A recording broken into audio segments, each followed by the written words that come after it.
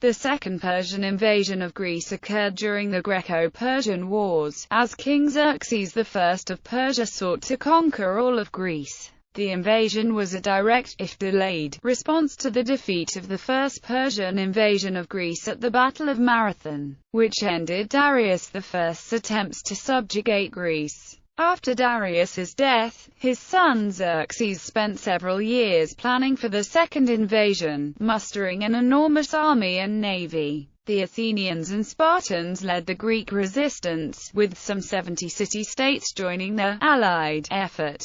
However, most of the Greek cities remained neutral or submitted to Xerxes. The invasion began in spring 480 BC, when the Persian army crossed the Hellespont and marched through Thrace and Macedon to Thessaly. The Persian advance was blocked at the pass of Thermopylae by a small allied force under King Leonidas I of Sparta. Simultaneously, the Persian fleet was blocked by an allied fleet at the Straits of Artemisium. At the famous Battle of Thermopylae, the allied army held back the Persian army for 7 days, before they were outflanked by a mountain path, and the allied rearguard was trapped in the pass and annihilated. The allied fleet had also withstood 2 days of Persian attacks at the Battle of Artemisium. But when news reached them of the disaster at Thermopylae, they withdrew to Salamis. After Thermopylae, all of Boeotia and Attica fell to the Persian army, who captured and burnt Athens.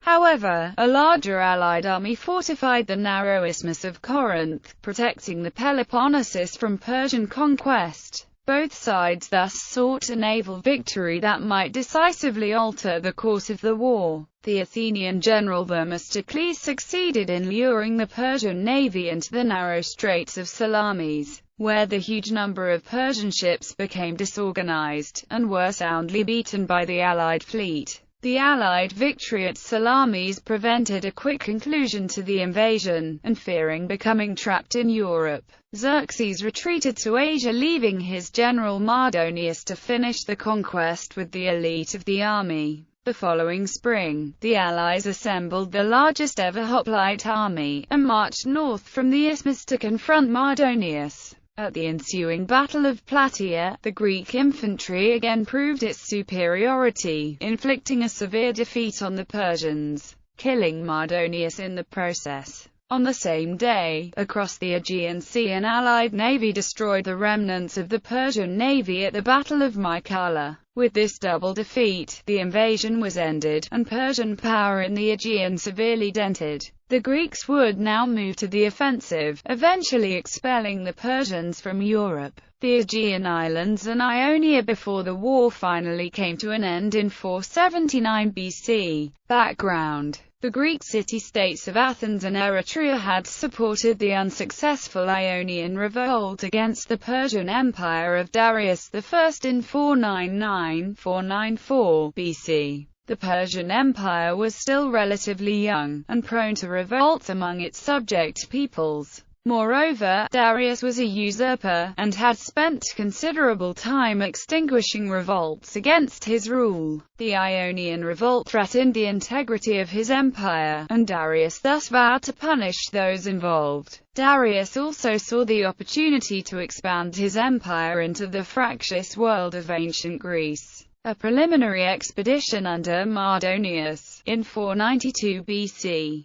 to secure the land approaches to Greece ended with the reconquest of Thrace and forced Macedon to become a fully subordinate kingdom part of Persia. It had previously been allied to or a vassal as early as the late 6th century BC, but remained having autonomy and not fully subordinate yet. In 491 BC, Darius sent emissaries to all the Greek city-states, asking for a gift of earth and water, in token of their submission to him. Having had a demonstration of his power the previous year, the majority of Greek cities duly obliged. In Athens, however, the ambassadors were put on trial and then executed. In Sparta, they were simply thrown down a well. This meant that Sparta was also now effectively at war with Persia. Darius thus put together an ambitious task force under Datis and Artaphernes in 490 BC, which attacked Naxos, before receiving the submission of the other Cycladic islands. The task force then moved on Eritrea, which it besieged and destroyed. Finally, it moved to attack Athens, landing at the Bay of Marathon, where it was met by a heavily outnumbered Athenian army. At the ensuing Battle of Marathon, the Athenians won a remarkable victory, which resulted in the withdrawal of the Persian army to Asia. Darius therefore began raising a huge new army with which he meant to completely subjugate Greece. However, in 486 BC, his Egyptian subjects revolted, indefinitely postponing any Greek expedition. Darius then died while preparing to march on Egypt, and the throne of Persia passed to his son Xerxes I.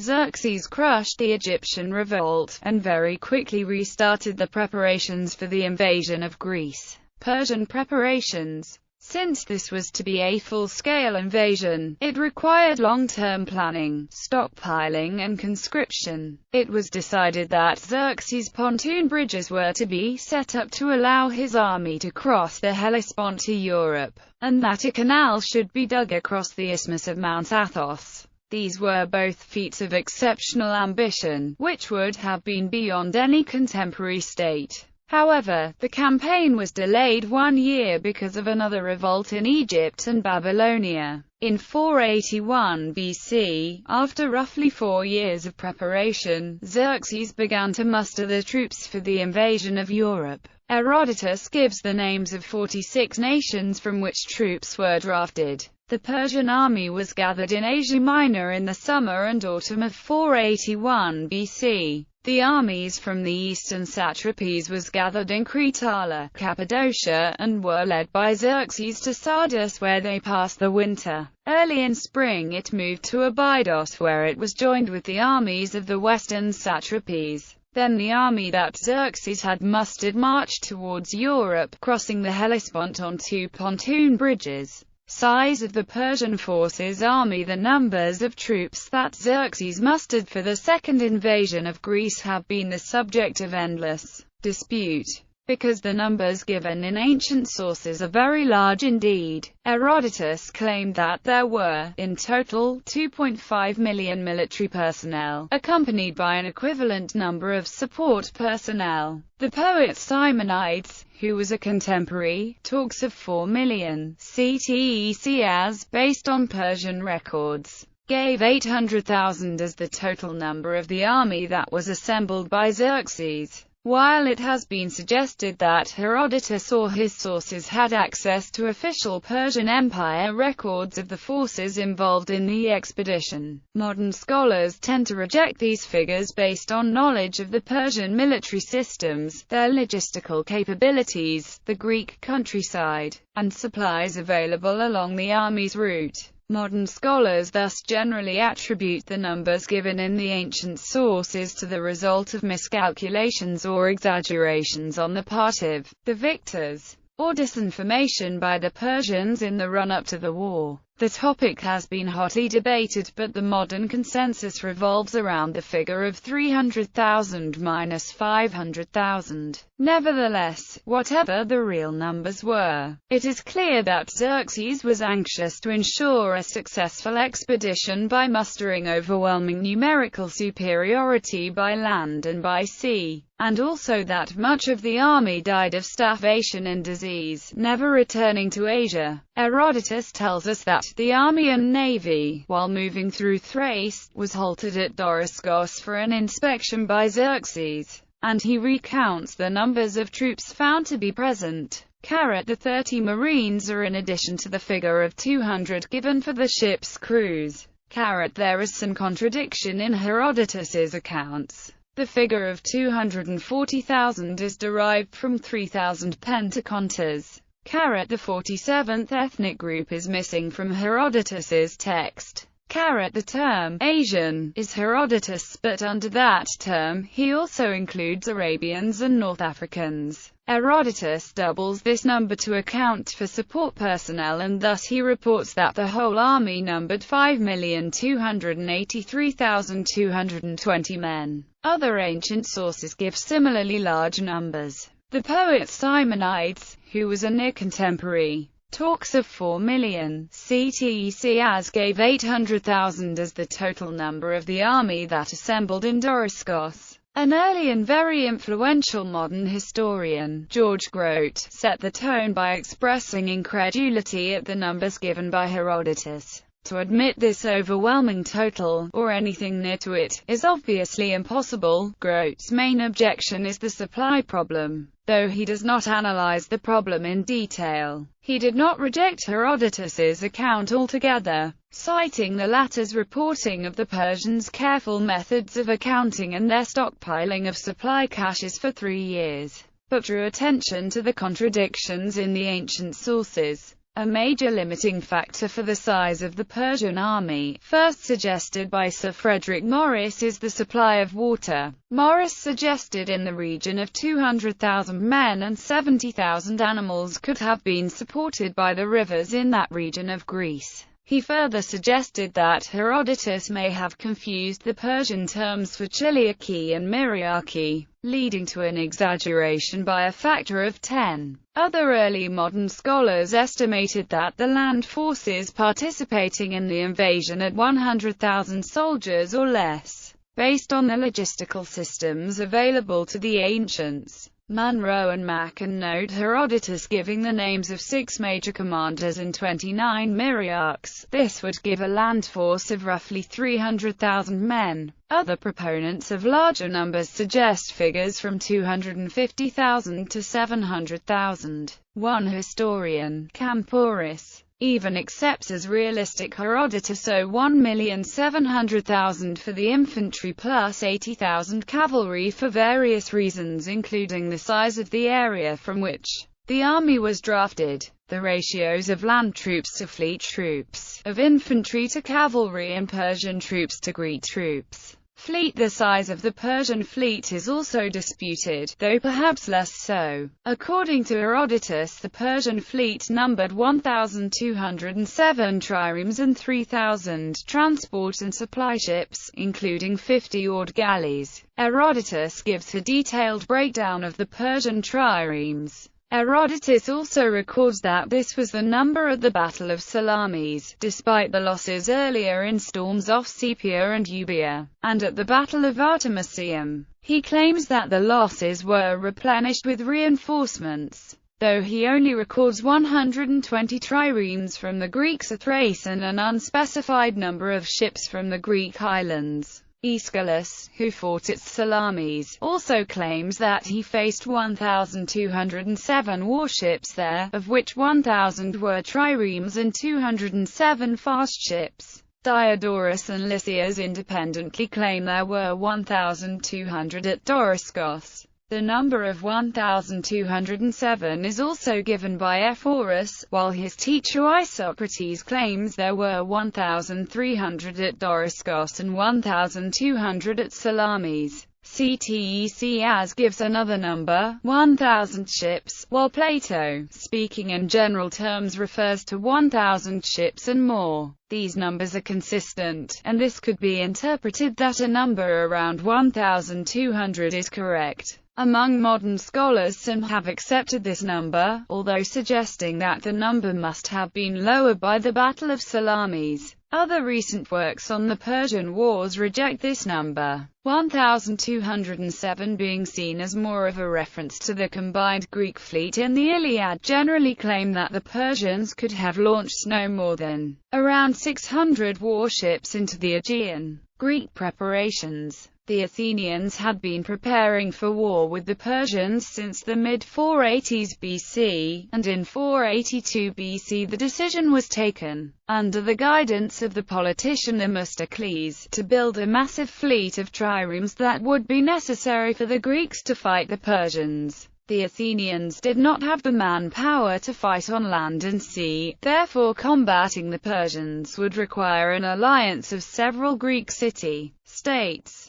In 481 BC Xerxes sent ambassadors around Greece asking for earth and water, but making the very deliberate omission of Athens and Sparta. Support thus began to coalesce around these two states. Hellenic Alliance. A Congress of States met at Corinth in late autumn of 481 BC, and a Confederate Alliance of Greek city-states was formed. This confederation had the power to send envoys asking for assistance and to dispatch troops from the member states to defensive points after joint consultation. Herodotus does not formulate an abstract name for the union but simply calls them Omicron Lambda Lambda Eta Nu Epsilon Sigma, and the Greeks who had sworn alliance, or the Greeks who had banded themselves together. Hereafter, they will be referred to as the allies. Sparta and Athens had a leading role in the Congress, but interests of all the states played a part in determining defensive strategy. Little is known about the internal workings of the Congress or the discussions during its meetings. Only 70 of the approximately 700 Greek cities sent representatives. Nevertheless, this was remarkable for the disjointed Greek world, especially since many of the city-states in attendance were still technically at war with each other. The majority of other city-states remained more or less neutral, awaiting the outcome of the confrontation. Thebes was a major absentee, and was suspected of being willing to aid the Persians once the invasion force arrived. Not all Thebans agreed with this policy, and 400 loyalist hoplites joined the allied force at Thermopylae. The most notable city actively siding with the Persians was Argos, in the otherwise Spartan-dominated Peloponnese. However, the Argives had been severely weakened in 494 BC, when a Spartan force led by Cleomenes I had annihilated the Argive army in Battle of Sepaer and then massacred the fugitives. Size of allied forces. The allies had no standing army, nor was there any requirement to form one, since they were fighting on home territory. They could muster armies as and when required. Different-sized allied forces thus appeared throughout the campaign. These numbers are discussed fully in the article for each battle. Spring 480 BCE. Thrace, Macedonia and Thessaly. Having crossed into Europe in April 480 BC, the Persian army began its march to Greece. 5 major food depots had been set up along the path. At White Headland on the Thracian side of the Hellespont, at Tyrrheniza in Perinthian territory, at Doriskos at the Evros River estuary where the Asian army was linked up with the Balkan allies, at Ion on the Strymon River, and at Therm, modern-day Thessaloniki. There, food had been sent from Asia for several years in preparation for the campaign. Animals had been bought and fattened, while the local populations had, for several months, been ordered to grind the grains into flour. The Persian army took roughly 3 months to travel unopposed from the Hellespont to Therm, a journey of about 360 miles. It paused at Doriskos where it was joined by the fleet. Xerxes reorganized the troops into tactical units replacing the national formations used earlier for the march.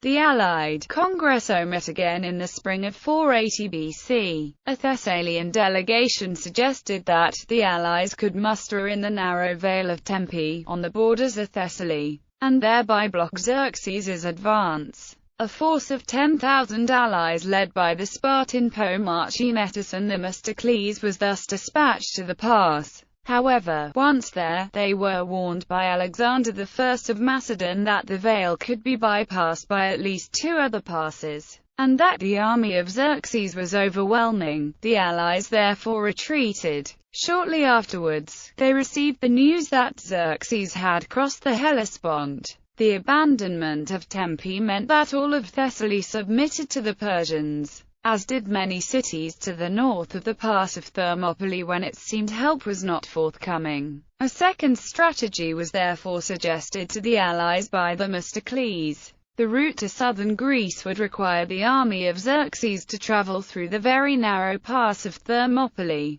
This could easily be blocked by the allies, despite the overwhelming number of Persians. Furthermore, to prevent the Persians bypassing Thermopylae by sea, the Allied navy could block the Straits of Artemisium. This dual strategy was adopted by the Congress. However, the Peloponnesian cities made fallback plans to defend the Isthmus of Corinth should it come to it, while the women and children of Athens were evacuated en masse to the Peloponnesian city of Troezen.